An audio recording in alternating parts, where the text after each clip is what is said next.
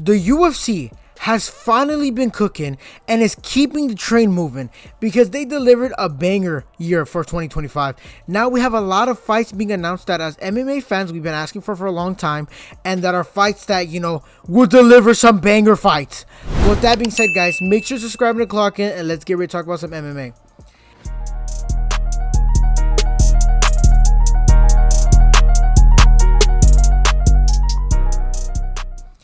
After having an absolute year in 2025, the UFC, yes, we're moving over to Paramount, no longer in this pay-per-view setting. They're announcing a lot of fights that I'm personally looking forward to, and everybody could call me an MMA casual because I think the UFC is moving like Michael Jordan. He's not the GOAT of basketball, it's LeBron James. Argue me in the comment section down below. But our first fight that we first got any hints of that got leaked is Max Holloway versus Charles Oliveira. That fight is an absolute banger because last time they fought, Charles Oliveira did quit because he broke his collarbone, and a lot of people are gonna give him shit for that because, I mean, who wouldn't, man? If I'm taking a fight, if I'm boxing a guy up and I break his collarbone and he decides, that's it, I want no more fade, I'm gassing myself up to the utmost potential. And nobody thought Charles Oliveira was gonna go on his title reign. Charles Oliveira is a guy where he has the most submissions in UFC history, but then we look at Max Holloway, has the most strikes in UFC history. And who do I think wins that fight? Because we're gonna break him down quick. I think that if Charles Oliveira can get him down on the ground, I think it is over. Pretty much over. It's going to be an easy fight. Max Holloway not really known for his ground game or for his striking, right? But we saw Charles Oliveira in his last fight, how he fought kind of Mateusz Gamrot. He was going for much more of that walk him down style, kind of doing no defense, fucking taking everything on the chin. If Charles Oliveira fights Max Holloway like that, he's getting put to sleep. Because we're talking about 155-pound Max Holloway, not 145, where he put up the most strikes in UFC history and didn't knock that guy out. We're talking about Maximum Holloway, a guy who literally was about to finish Dustin Poirier, who has a good chin. We do know that, Charles Oliveira is said by Justin Gaethje to have the hardest punch at 155 of anybody he's fought. But I think, I think Max Holloway has a pretty good chin, and he's going to able to chin Charles Oliveira if he fights the same way. The only thing that I worry about is that he's going to, fight how he did it in Mateusz Gamrot fight, where he's just going to walk into punches, kind of absorb them. Because, everybody at 155 that fought Max Holloway has been dropped. He fought Justin Gaethje. Fucking Justin Gaethje got his lights pulled out in 20 seconds, which is absolutely absurd, man. I was watching that UFC 300 fight and thought it's pretty raps. Justin Gaethje got his nose broke, got the eye poke. Then bro gets set into the shadow realm, got his fucking soul taken, literally saw his soul in the nether fortress. That's how bad my boy got put out. So I think because Charles Oliveira is a little bit older, I think he's going to fight again like that, kind of try to prove something, get put to sleep. That's my opinion. I think Max Holloway is going to win. But then we have the UFC come out with Dan Hooker versus Benoit Saint-Denis. I think that Dan Hooker is honestly a living legend. I love Dan Hooker, how he has that blonde hair, kind of leaning into the Brazilian style, got tatted out. And I'm going to say this, guys. If we get 1,000 likes on this video for that Dan Hooker fight, I will dye my hair blonde. And you guys will see me live on stream because I'm going to break down the fights. I'm going to start doing that, guys. So if you guys want to join that, make sure to link in the description down below. I'm going to start downloading Kick. You're going to see my account there. Make sure to follow. But Dan Hooker will be fighting Benoit Saint-Denis after his loss to Arman Tsarukyan. Arman Tsarukyan bodied him, bro. Arman Tsarukyan beat Dan Hooker in the striking, and then we all know he got submitted at the end. And then Benoit Saint-Denis has a lot of momentum because he did lose to, Dustin Poirier, but was able to find his footing after that. Absolutely starching Beneil Dariush. I called it as clear as day. Beneil Dariush did not have what it takes to beat Benoit Saint-Denis. Did I know he was going to put him on 30 seconds face first, where Beneil Dariush was going to look at the ref after being flattened out, complain that why did you stop the fight? If you ever see me in the boxing ring, MMA ring, I don't know. Hey, if you guys want to see me box YouTuber, let me know. But if you guys ever see me face down, ass up, and I look up to the ref and say, why'd you stop the fight? When I'm in that vulnerable position, just know I'm not in the right headspace.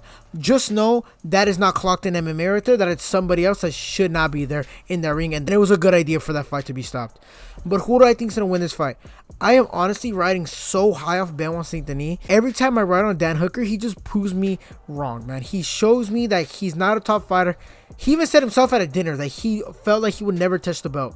Once a fighter thinks like he's never touched the belt, it's game over, man. Dan Hooker, I wouldn't be surprised to see him in YouTube boxing soon. But Benoit Saint-Denis, man, I think he's going to roll him over. he's going to run him over. Look what he did to Dustin Poirier. Took him to the ground. Yeah, this Poirier some, decent, ground game. If Benoit St. Denis takes Dan Hooker to the ground, it's wraps. I think this is an easy fight for Benoit St. Denis, but I give respect to Dan Hooker for fighting Arman Tsarukyan and then going for Benoit St. Denis, who's the number 8th ranked fighter in the UFC right now. Next fight that we got delivered, it is honestly shocking, man, because I think the fighting nerds must have slipped a fucking dime or something to Dana White. Because how are you going to lose to Benoit St. Denis? Then you're going to fight someone who's debatably higher ranked than Benoit St. Denis. He lost, I think, at the time, Benoit St. Denis might have been 10. Now he's fighting Rafael Fiziev, who's the number 9 ranked fighter in the lightweight division. Makes no sense because he probably got this fight years ago or fucking a long time ago. This fight is honestly should be a layup for Ruffy because it is going to be just straight kickboxing, just a straight kickboxing match. We're not going to see any ground game. I think Rafael Fiziev, I was high on him like back in the day when he fought Justin Gaethje, but after, a couple losses, I think, he's very beatable. You really got to, just strike with him, and I think a lot of people have better striking than him. He's kind of the gatekeeper of a 155-pound division. I think Ruffy should win this one. If he doesn't win this one, bro's a fraud. Bro's a fraud. His best win is Bobby Green. Bobby Green at this point has to be the worst fighter in the 155-pound division. I think I could fuck up that Bobby Green. I literally keep almost calling him Danny Green. That's how literally ass he is. Bobby Green, if you want to see me in a boxing match one day, I will piece you up. Just let Uncle Dana release you from your contract and we could box it up. I'm not scared of you. But for this fight, I think that Ruffy might have too slick striking for Fiziev, where to the point where he's gonna outbox him, might finish him. We've seen Fiziev been dropped and hurt by Justin Gaethje, and that's an old Justin Gaethje. That's a Justin Gaethje who just got bodied by Max Holloway. If you're not able to chin Justin Gaethje after bro got sent face down to the canvas, I don't think you're gonna be Ruffy. I think Ruffy's gonna piece him up and knock him out, in my opinion. But let me know what you guys think in the comment section down below. Next, out of left field, we got fucking Pillsbury Doughboy and Tai Tuivasa fucking fighting Teixeira. Teixeira, bro, if you lose this fight, this is an absolute layup for you. This is an absolute green, Irish green, shout out Fly Reacts. This fight should be a win. Automatic win. If you lose this fight, Tai Tuivasa is not fighting in almost 3 years. Has been fat, 400 pounds. Bro's finally hopped on a diet plan. He's lost almost every single fight before he took that layoff. I think Tai Tuivasa's a bum. I don't know how he's still in the heavyweight rankings. Bro took 2 shoeys after 2 freaking non-notable wins. Bro beat an old Derek Lewis. Then absolutely went downhill into the gutters, man. I think that if Teixeira does not win this, get my boy at the rankings, man. He should not have been ever mentioned in the top 15 of the heavyweight division. If Teixeira loses, I'm going to tell you this right now. The heavyweight division is breadcrumbs. It's a freebie. The only person who might be able to take advantage of some people, I don't know. Because last time I said Tom Aspinall was going to piece up Cyril Gane, bro got fucking Edward Scissorhand into his eyeballs, and he was kind of getting pieced up in the beginning. I know a lot of people are going to get mad because I said that. Guys, hold your horses. We'll have another breakdown about that. But let me tell you this. That's a freebie fight. I don't like Tai Tuivasa just because his dedication to sport is just not there. Last but not least, we have my boy Sean Strickland finally fighting. I have a lot of gripes with Sean Strickland. And honestly, I know better to watch my mouth because this man will beat the fuck out of me. This man has fought everybody in his absence except an MMA fighter. He fought Sneeko. He fought Nick something. I forgot his last name. It's another YouTuber. He's fought everybody except an MMA fighter. He's fighting this guy named Hernandez. I'm not going to lie. I don't know who this is. I have not watched a lot of his MMA fights. I just don't think Sean Strickland's going to win. He's coming off like, I think 2 losses, maybe 1 loss. I know he lost to Dricus. He told people, I'm going to absolute war with Dricus. Then didn't throw a punch. Then got his nose broken.